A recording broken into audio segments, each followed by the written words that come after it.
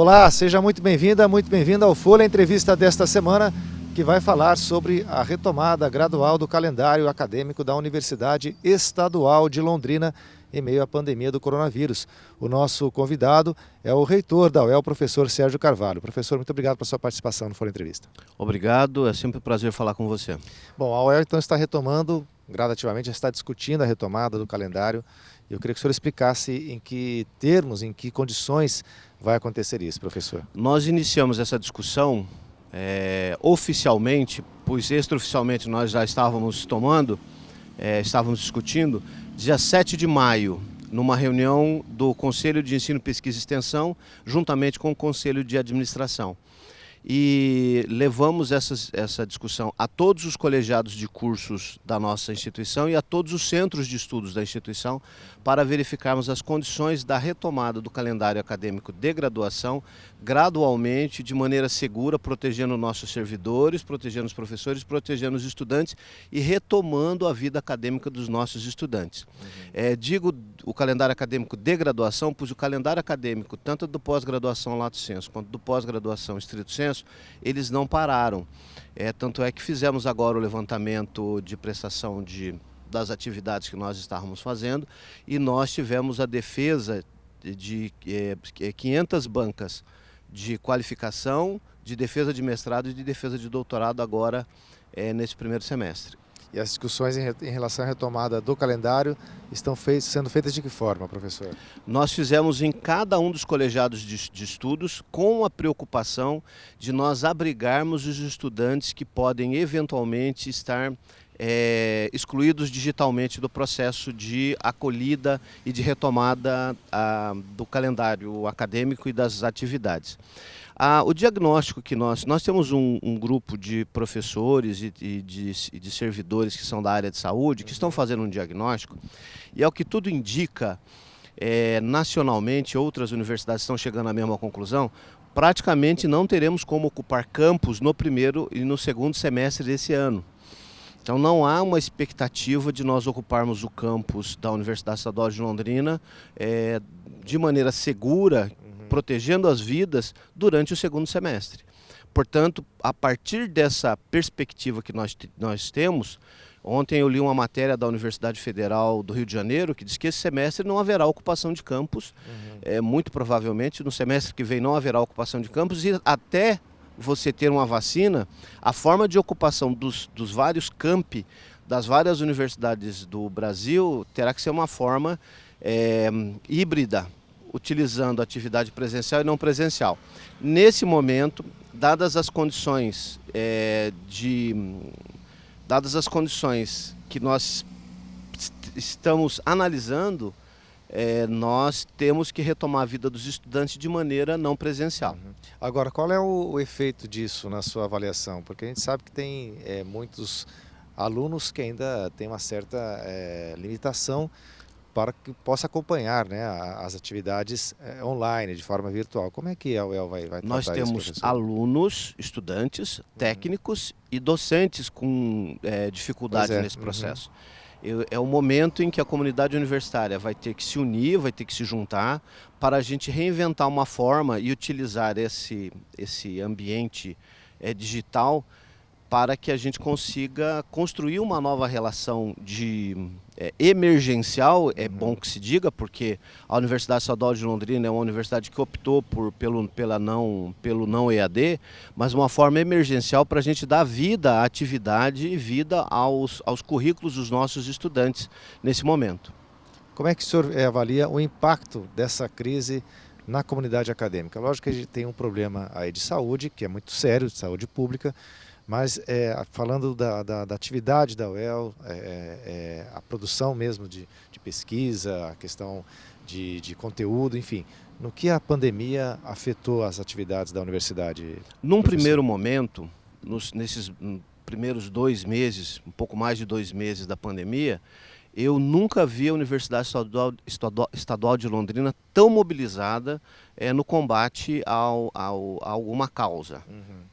Então, a universidade, por meio dos seus pesquisadores, por meio dos seus docentes, dos técnicos e por meio de um conjunto de estudantes de graduação e de pós-graduação, mobilizou-se porque o primeiro era atender a humanidade. O primeiro aspecto que todos nós pensamos, vocês da imprensa também, é como nós podemos contribuir para ajudar a salvar vidas. E nós salvamos vidas.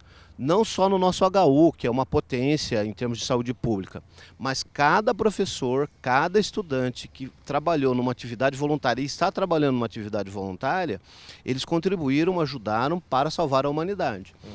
Nesse momento, nós não produzimos carga horária para os discentes. Nesse momento, nós produzimos cidadania. Aliás, as grandes universidades do mundo medem a formação dos seus discentes, dos seus estudantes, não apenas pelo que eles produzem em sala de aula, mas pelo que eles produzem também de trabalho voluntário, como eles vão às comunidades, por meio dos trabalhos de extensão à comunidade que eles fazem. E nesse momento, a Universidade Estadual de Londrina, por meio dos seus estudantes, dos seus técnicos, dos seus docentes, nós estamos de parabéns, produzimos cidadania. A comunidade está de parabéns. Aliás, não é a UEL. A Universidade Pública Brasileira toda se mobilizou. Creio que a imprensa e a Universidade Estadual de Londrina e as demais universidades, como instituições, são as grandes instituições que saem fortalecidas nesse processo, nessa primeira fase. A segunda fase nossa, qual é? A segunda fase nossa é retomar e recontactarmos-nos com os estudantes que eventualmente não participaram desse processo. E para isso nós precisamos retomar a vida acadêmica deles, porque eu vou usar uma expressão contigo que você nunca me viu fazer. Nós temos o Comando Nacional do Combate ao Coronavírus acéfala. O Comando Nacional está acéfalo. Nós temos a Secretaria Estadual fazendo um trabalho digno de nota, nós temos a Secretaria Municipal fazendo um trabalho digno de nota, mas o Comando Nacional está acéfalo. E isso faz com que as nossas instituições não tenham um horizonte de planejamento. Então nós não podemos deixar os nossos estudantes de graduação perdidos na sua vida acadêmica durante 2, 3, 4 anos. Uma vacina não se produz com menos de 4 anos. Com todo o esforço que a humanidade vai fazer, que a ciência vai fazer, que as universidades vão fazer para produzir uma vacina, são 2 anos e meio, 3 anos para que essa vacina ocorra. E se nós continuarmos com esse Comando Nacional, nós não temos condição nenhuma de fazer ocupação de campos. A Universidade Federal de Minas Gerais já declarou que não tem condição de ocupar campos nos próximos anos. A Universidade Federal do Rio de Janeiro declarou. Eu estou dizendo para você, a nossa expectativa também não é de ocupação presencial do campus para a segurança de Londrina, dos nossos estudantes, dos nossos servidores e dos nossos professores. Por isso nós estamos fazendo um esforço de pensar alternativas. Nós, docentes, teremos que reaprender a forma de nos relacionarmos com os estudantes nesse momento de dificuldade. Os estudantes vão ter que reaprender uma forma de estudar. Isso gera ansiedade na comunidade universitária. Todos nós estamos trabalhando gigantescamente, muito, muito fortemente para a gente criar uma alternativa que pode ser uma alternativa, juntamente com as outras experiências das outras universidades públicas do Brasil, que podem servir de modelo não só para esse momento, mas para o ano que vem, que podemos ter uma nova onda, para o outro ano que podemos ter uma nova onda, até que tenhamos uma vacina que seja eficaz e que seja barato o suficiente para atingir a grande maioria da população brasileira, os nossos estudantes e a nossa comunidade universitária. Bom, o senhor mencionou 2 pontos aí que eu queria abordar um pouco melhor. Primeiro, a questão da contribuição que a UEL está dando à comunidade no combate à pandemia. E eu queria que o senhor comentasse isso, porque uma das cobranças que se faz, não só a UEL, mas as universidades públicas, claro que na UEL, no nosso âmbito aqui, porque é a principal universidade do interior do estado, pública, de que ela tem que prestar um serviço melhor para a comunidade, atender a comunidade externa da UEL. Nesse sentido, além da pandemia, o senhor acredita que a UEL está fazendo a sua parte? Não só por conta da pandemia, mas a UEL tem se preocupado, no seu entender, em atender a comunidade externa. Há um esforço constante, creio, das universidades públicas brasileiras, e a UEL está inserida nesse processo, de nós nos reconectarmos com o conjunto da população brasileira. Eu vou falar para você uma intuição que nós temos na comunidade científica, que houve uma dissociação entre a nação e a sua comunidade científica, pelos mais variados motivos. pelos mais variados motivos. Nós somos um país hoje comandado por astrólogos e não um país comandado por cientistas. E essa dissociação, esse momento de divisão política que nós tivemos na última década, ele hoje ele cobra o seu preço. E de questionamento da ciência, inclusive. Exatamente, né? Hoje ele cobra o seu preço. Então é momento da universidade dar o primeiro passo em direção à sociedade e mostrar para a sociedade que ela, a universidade, é uma escolha da sociedade. As sociedades escolhem criar uma universidade não por diletantismo, não por prazer, escolhem por uma necessidade de dar resposta, de ter um espaço que abrigue o conhecimento, a crítica, o conflito intelectual, não o conflito físico, mas o conflito intelectual, as discordâncias, as concordâncias, o espaço de construção e experimentação. O que nós vamos fazer agora, o esforço que nós estamos fazendo, o esforço que todos os docentes, todos os colegiados de curso estão fazendo, é de criar um experimento pedagógico que seja capaz de dar conta para esse momento de pandemia. Para esse momento, para abrigar os nossos estudantes. Esse é um desafio nosso, é um desafio de todas as universidades Sim. do mundo, e a UEL está conectada e respondendo a esse desafio. Bom, e o segundo ponto que o senhor abordou, o fato da falta de comando nacional dessa crise. Quer dizer, pelo menos o senhor se mencionou que o governo federal nesse aspecto está acéfalo, no mínimo está na contramão do que vem sendo preconizado pela comunidade científica. Nesse aspecto, o senhor acha que o Paraná e alguns demais estados, mas o Paraná está conduzindo a crise da maneira correta junto com a comunidade acadêmica, no caso, por exemplo, da UEL? A comunidade, nós reitores das universidades estaduais de Paraná, nós nos reunimos desde o início da crise e fizemos nos impusemos um desafio. Conversamos com o secretário de Ciência e Tecnologia, professor Aldo Bona, que está comandando esse processo, que está contribuindo, que está se esforçando junto a esse processo. Nós nos reunimos e perguntamos a nós mesmos como as nossas comunidades universitárias, as nossas universidades podem se colocar à disposição do enfrentamento e do auxílio para salvar vidas nesse momento. E nós fizemos várias ações nesse sentido, com financiamento inclusive da Fundação Araucária, que é um órgão financiado pelo governo federal, pelo governo estadual, perdão. E então nós estamos criando respostas, dando alternativas para que isso aconteça. Com relação ao governo municipal, nós temos várias iniciativas nas quais nós nos oferecemos para contribuir com o governo municipal e o governo municipal contribui com a universidade para que a gente possa potencializar, não rivalizar. É o momento de nós não rivalizarmos, é o momento de nós convergirmos para vivermos. Depois que nós vivermos e sobrevivermos e fazermos pessoas viverem e sobreviverem, aí sim nós vamos discutir outras eventuais divergências que possam acontecer. Esse é o momento de unir a humanidade. Por isso que falta um comando nacional unindo o país, unindo a nação, unindo todos nós, a necessidade de trabalho, a necessidade de produção, a necessidade da comida chegarem às mesas das pessoas, a necessidade dos nossos cientistas estarem trabalhando, porque o trabalho deles pode mitigar a dor que algumas pessoas têm quando são pegas por essa doença, podem eventualmente ajudar a criar massa crítica que pode gerar uma vacina para o combate dessa doença. Então, o momento de unificação não é o momento de nós dividirmos a nação, é o momento da gente unir. A Universidade Estadual de Londrina, nós estamos procurando essa união interna da nossa comunidade para que a gente, enquanto comunidade universitária, enquanto instituição pública e do povo do Paraná e do povo brasileiro, possa dar a sua contribuição. Professor, a respeito do hospital de retaguarda, né, que é o nome correto, que está sendo montado no HU, como é que está o funcionamento disso?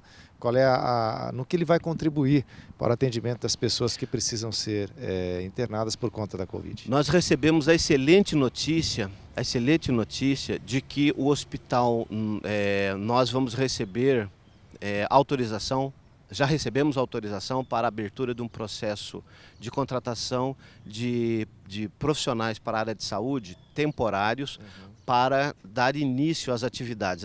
As atividades já iniciaram-se muito vagarosamente por conta do quantitativo de pessoal que nós tínhamos, e o governo do estado do Paraná, semana passada, fez o decreto de autorização. A nossa ProRH, que está trabalhando com segurança, todas as pessoas com devido distanciamento legal, está preparando esse processo seletivo para que com esse processo seletivo, talvez começo de julho, meados de julho, ele possa estar funcionando na sua plenitude. São 120 leitos?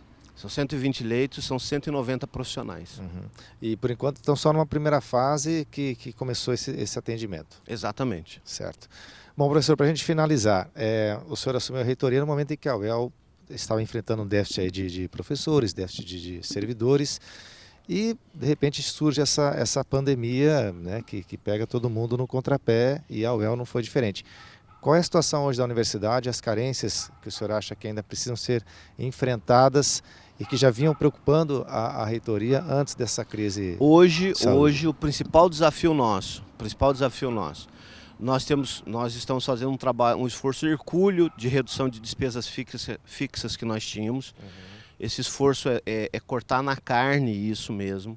E o grande desafio nosso hoje é a retomada das atividades de graduação, e a retomada das atividades de graduação fornecendo estrutura para os estudantes que eventualmente possam não ter condição de fazer acompanhamento.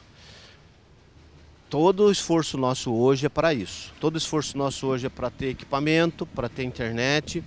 Alguns colegiados, por exemplo, preferem fazer estudos dirigidos com textos, com cópias, com xerox. É como criar isso, como chegar no estudante, de maneira que ele esteja protegido, de maneira que os nossos professores estejam protegidos e de maneira que a gente demonstre que é possível produzir, embora não com a mesma produtividade anterior, porque todos nós estamos aprendendo, você, por exemplo, deve estar aprendendo a atuar dessa maneira. Você sabe que nós trabalhamos mais nesse momento, talvez para não produzir tanto, por conta das condições pelas quais nós estamos passando, mas alguns preferem, alguns cursos têm necessidades diferentes. A gente tem que abrigar cada um, a gente tem que buscar cada estudante de graduação, porque a marca da Universidade Estadual de Londrina, o que perpassa todos os nossos projetos pedagógicos é a inclusão. A Universidade Estadual de Londrina foi a primeira universidade do interior, que não é uma universidade de médio porte, a adotar cotas, cotas sociais e cotas raciais.